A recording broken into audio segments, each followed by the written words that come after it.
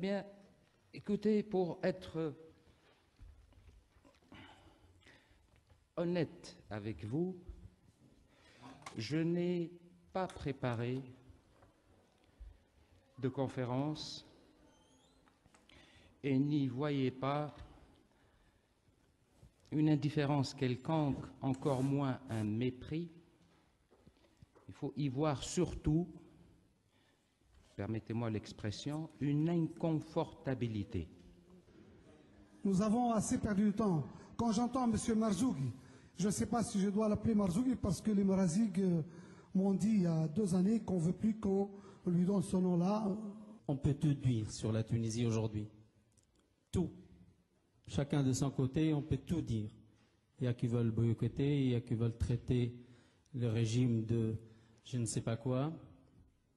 Mais on ne peut pas ne pas dire que ça marche en Tunisie.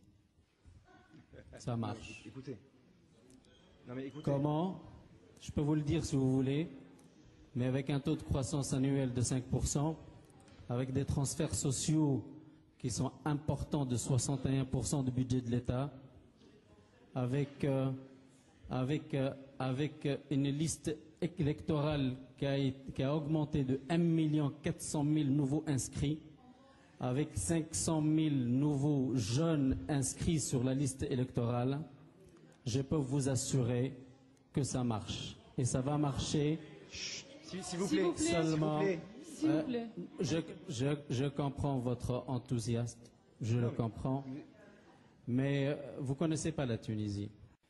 Je suis proche de la nature, proche des animaux, proche de la culture, proche de la philosophie, proche de la sagesse.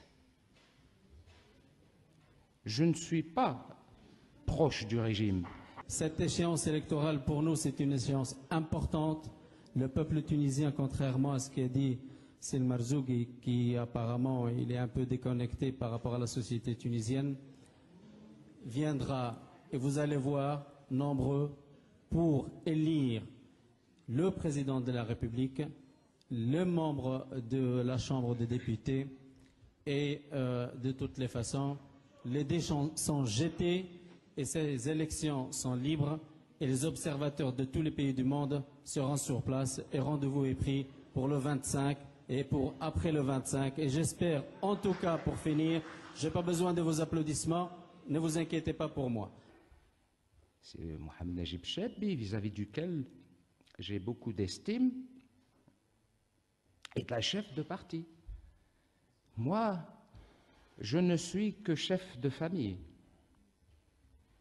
Et encore, une famille toute petite. Et à part ça, sur les acquis de l'ère Ben Ali, s'il vous plaît. Je veux dire, par rapport aux acquis, alors je ne me défile pas, non. Proche du régime, ça n'a pas de sens en termes de sciences politiques, parce qu'il y a, me semble-t-il, des étudiants de Sciences Po ici. Ça n'a aucun sens. Ce que je conteste et ce que je regrette, c'est que cette misère humaine qui existe soit exploitée à des fins politiciennes. C'est ça qui me fait mal au cœur. Enfin, je vous arrête. Vous savez que Excusez-moi, monsieur Khalfala. Oui. Je vous arrête. Le régime aussi joue beaucoup sur les chiffres pour expliquer qu'il fait beaucoup de choses pour les Tunisiens. C'est la règle du jeu. Absolument. Vous ne pouvez pas empêcher les gens de souligner ce qui ne va pas dans un pays. C'est le rôle de l'homme politique. C'est normal. Par rapport aux acquis, régime, pardon, parce que ça aussi c'est un mot qui me dérange. Moi, je préfère parler d'État plutôt que de régime. Si ce régime Vous êtes a venu pour été parler des acquis de l'ère Ben Ali. en Est-ce que vous allez en mesure. parler ou non? Parce qu'il vous reste exactement 3 minutes. Vous pouvez huer, vous pouvez applaudir M. Marzougui comme tout à l'heure, mais il ne faut pas vous traîner derrière ce discours.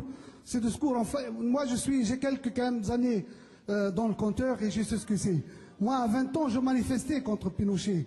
J'étais pour Salvador Allende, ici à Paris, au quartier latin. Et maintenant, j'ai compris un peu que la Tunisie, son salut, la Tunisie, son salut, elle est aux mains du RCD. Monsieur Haddad, la question La de chambre, Aïda était absolument précise. la deuxième chambre, je pense que c'est un acquis indéniable. En quoi? Je vais vous dire. En quoi? Dans son existence même.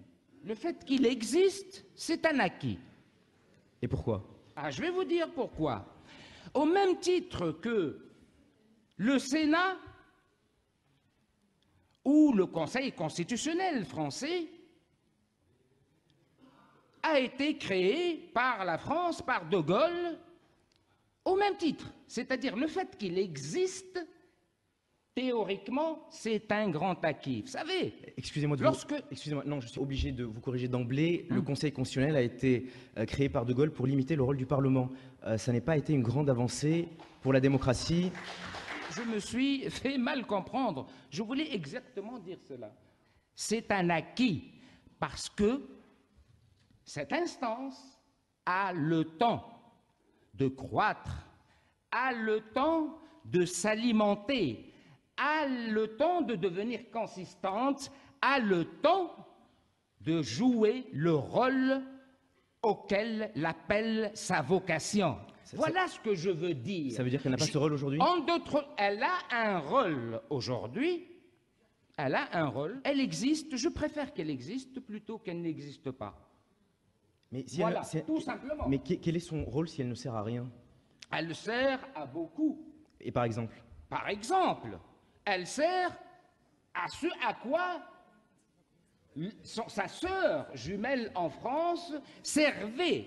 Les réformes dont vous nous avez parlé là maintenant, donc le fait d'agrandir le champ de participation électorale en diminuant l'âge de participation à 18 ans, puis en incluant la population de Tunisiens à l'étranger, est-ce que c'est vraiment le véritable enjeu des élections, de la campagne électorale d'aujourd'hui, de cette année?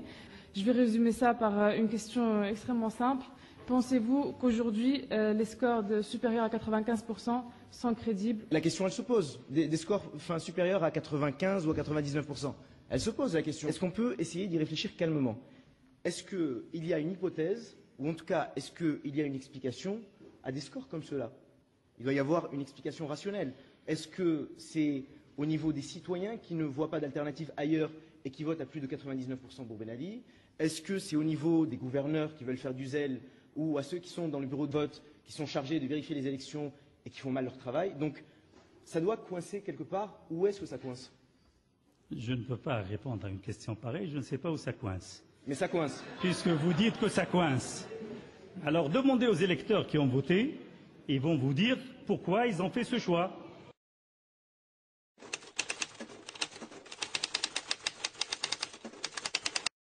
Moi, j'ai 25 ans, j'habite à un quartier populaire qu'on appelle Columbia City d'ailleurs, où la drogue est plus facile à trouver que le pain, où la moitié de mon quartier en Italie ou ici à Paris, où le taux de chômage est plus élevé qu'à Gaza. Mais le problème, c'est que les jeunes de mon quartier ne connaissent ni M. Chabi, ni M. Ben Jafar, ni M. Kilani, ils ne connaissent pas les leaders de l'opposition. Et là, vous ne pensez pas, M. Chabi, que c'est l'absence de programme, c'est l'absence de ce programme qui crée cette rupture avec la population. Vous proposez quoi pour le taux d'inflation, pour le chômage des diplômés chômeurs, pour la corruption, pour tout ça? Voilà. Merci. Oui. La question était « Que fait l'opposition ?» Et la réponse était « Regardez ce que le régime nous fait. » Et moi, ce que j'aurais aimé savoir, et je pense que les étudiants de Sciences Po et les citoyens tunisiens, ce qu'ils auraient aimé savoir, c'est vraiment le travail que fait l'opposition sur le terrain, ce qu'elle fait pour l'individu, ce qu'elle fait pour les femmes, pour les jeunes, pour les personnes qui vivent dans la précarité. Et l'impression que j'ai, c'est que l'opposition, elle a deux interlocuteurs, si vous voulez. Elle a Ben Ali, sur lequel elle tape toute la journée, et ses clans, enfin, puisqu'il y a des clans, et son deuxième interlocuteur, c'est elle-même. Donc, moi, ma question, c'est où est le citoyen là-dedans? Un petit constat, plus une petite question. Donc, vous dressez un tableau plus ou moins gris. On vous pose une question sur ce que fait l'opposition. Vous parlez de tracasserie.